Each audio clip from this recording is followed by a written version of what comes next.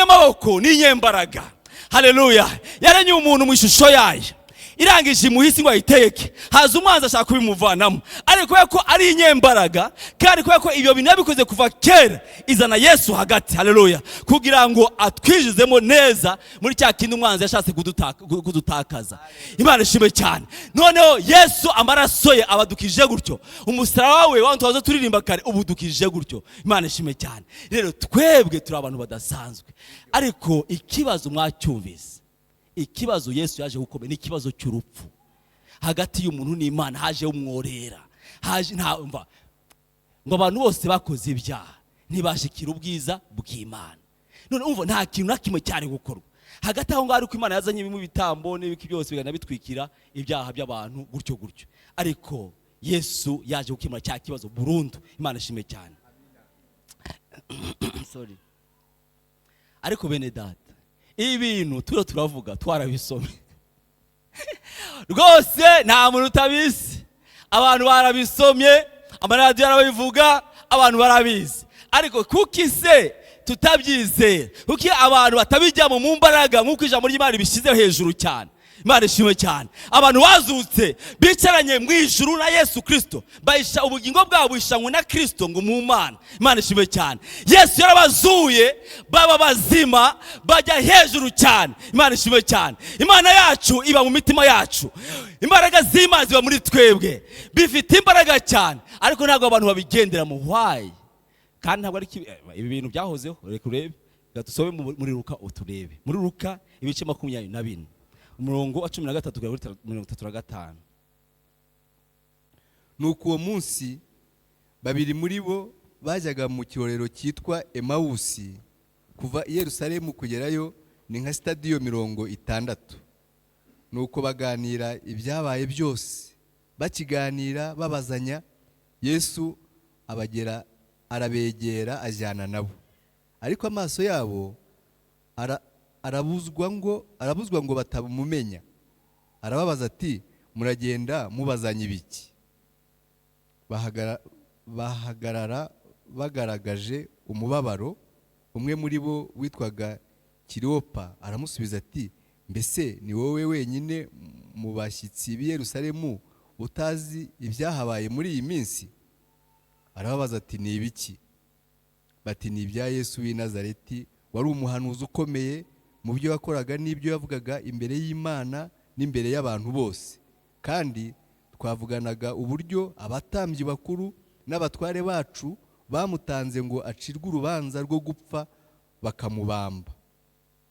Kandi twiringiraga yuko ari we uzacungura Abisiraheli. Uretse ibyo, dore uyu munsi ni uwa gatatu uhereye aho ibyo byabereye. None abagore bo muri twe badutangaje, kuko bazindutse bajya ku gituro ntibasangamo intumbi. Nuko baraza batubwira ko babonekewe na marayika, akababwira ko ari muzima. Kandi bamwe mu bari bari kumwe natwe bagiye ku gituro basanga ariko biri uko abagore batubwiye, ariko ntibamubona. Arababwira ati, mwabapfumwe, imitima yanyu itinze cyane kwizera ibyo abahanuzi bavuze byose. None se Kristo ntiyari akwiriye kubabazwa atyo ngo abone kwinjira mu bwiza bwe? Atangirira kuri Mose no ku bahanuzi bose, abasobanurira mu byanditswe byose ibyanditswe kuri we.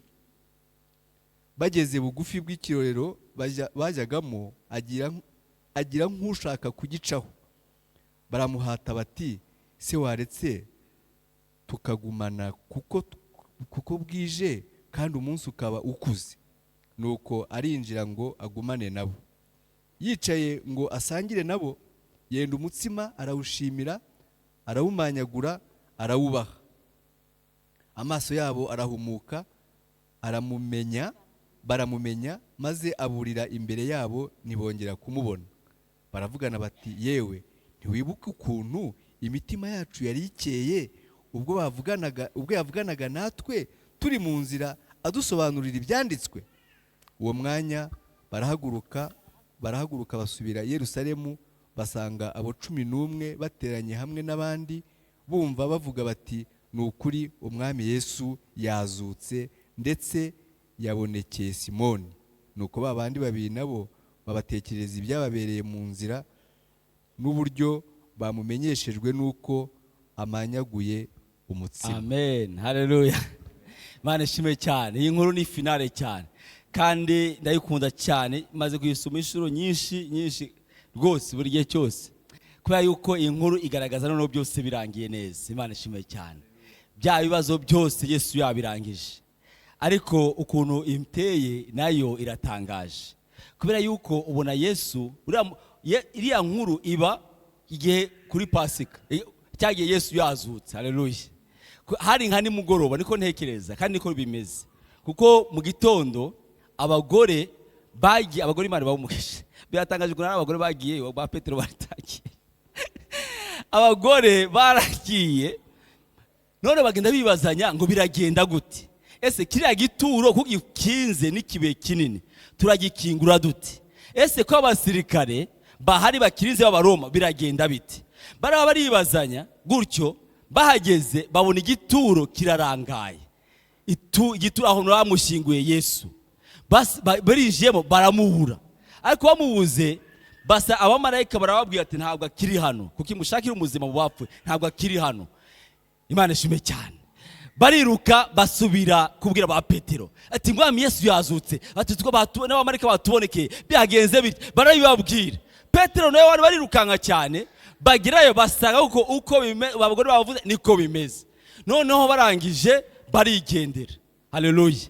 Uwo munsi abantu biriwe mu kiriyo kandi umwami Yesu yazutse, ko biriwe bananiwe bababaye. Ubibonera muri iyi nkuru Kileopa na mugenzi we bava i Yerusalemu, aho iyo nkuru aho byabereye, bagana Emausi. Bageze mu nzu bagiye bibazanya, urareba yazuba hamwivye usebya urumva umuntu unaniwe usa nk'uri mu kiriyo umeze gutya nabyiringiro, ibyo bibazanya bashitse intege nyine gutyo. Noneho Yesu araza arabegera ati muravuga ibiki? Ati nuwo mushitse sinangaha utazi ibyabaye. Ati umuhanuzi ukomeye witwa Yesu waje twese twirigira ko ari uzadukiza, ariko abantu baramwishe baramubamba, abatambyi bakuru baramubamba. Noneho rero uyu munsi abagore badutangaje, basanze rwose adahari. Noneho koko nabo muri twe bagiye basanga niko bimeze. Noneho Yesu arangumwa abapfumwe, imitima yanyu itinze cyane kwizera. None se sibyo babwiye? Siko yababwiye ko azababazwa mbere yuko ahabwa ubwiza bwe akazuka. Noneho ngo ahera mu byanditswe abasobanurira, ahera kuri Mose mu bitabo bitanu ahera arabasobanura ibyo Mose yavuze, ababwira ibyo Yesaya yavuze, arababwira ibyo abahanuzi bose bavuze, arabibasobanura, abungura n'ubwenge ngo babisobanukirwe. Imana ishimwe cyane. Arangije agiye kugera aho bataha, ashaka nk'ugiye kubacaho, ariko baramuhata ngo bajye gusangira. Arinjira Yesu, arinjira. Haleluya. Imana ishimwe cyane. Ntabwo njya mvuga ngo wamubwira mugenzi wangu Yesu arinjira, ariko umeruye ngo rero mureke kunanirwa, mureke kurambirwa, Yesu ari muzima arahari. Noneho arinjira, barangije bahita bavuga ngo azana umutsima arawumanyagura. Awumanyaguye baramumenya ko ari we. Aho kanya ababuriye hagati yabo aragenda. Ati umwami Yesu yazutse. Haleluya. Ati ni we rwose. Ati none se ntabwo wibuka cyagiye turi kuma dusobanurira ukuntu imitima yari ikeye. Haleluya. Yari ikeye, uyu ni Yesu kabisa. Aho kanya abari bananiwe n'umugatumye batarawuri, abari bananiwe basa nk'abari muri kiriyo, basubira i Yerusalemu bagira ibineza byinshi n'umunezero mwinshi. Haleluya. None basubira i Yerusalemu vuba kabisa, barahagera basanga abantu bose bateranye. None baravuga ngo nukuri umwami Yesu yazutse. Petero avuga ngo nanjye yambonekeye. Imana ishimwe cyane. Abantu bose bagiye abonekera bavuga ko umwami Yesu yazutse, bafite umunezero. Haleluya. Hanyuma ako kanya Yesu abarahageze, barikanga ati n'umuzimu. Ibaze ibi bintu byara uzabisobanura uzanyigisha ukura abantu bari baravuga ko umwami Yesu yazutse kandi Kileopa yamubonye, kandi Petero yamubonye, ariko ako kanya bamwisa umuzimu, kubera ko abantu benshi nuko bateye. Sinzi ukuntu abantu tunanirwa kwizera iyo ibibazo byabaye. iyo haje ikintu kigukanga ko inzu umuntu yari ikinze, byari bikangise ariko inzu yari ikinze aho kanya Yesu araje ngo hagati hari ibintu biza bikanganye bikaza bikagwa gitumo, urumva ugahita ugira ubwo ukibaga ko Yesu ari muzima. Abanya Yesu ati ni umuzima, ati yoya ntabwo ndi umuzima, nazutse rwose. Murebe umubiri wanjye uko umubiri umuntu muzima ntabwo agira umubiri nk'uyo. Murebe ibiganza byanjye aho banteye musumari, murebe ibirenge byanjye uko bimeze, zana urebe mu rubavu urebe yewe ndi muzima. Haleluya. Ari arababwiye ko ari muzima, ubaye ko yashaka kumenyesha abantu nuko ari muzima. Ahita akora akantu, ntabwo ari uko yari ashonje, yahise basaba ifi. Haleluya.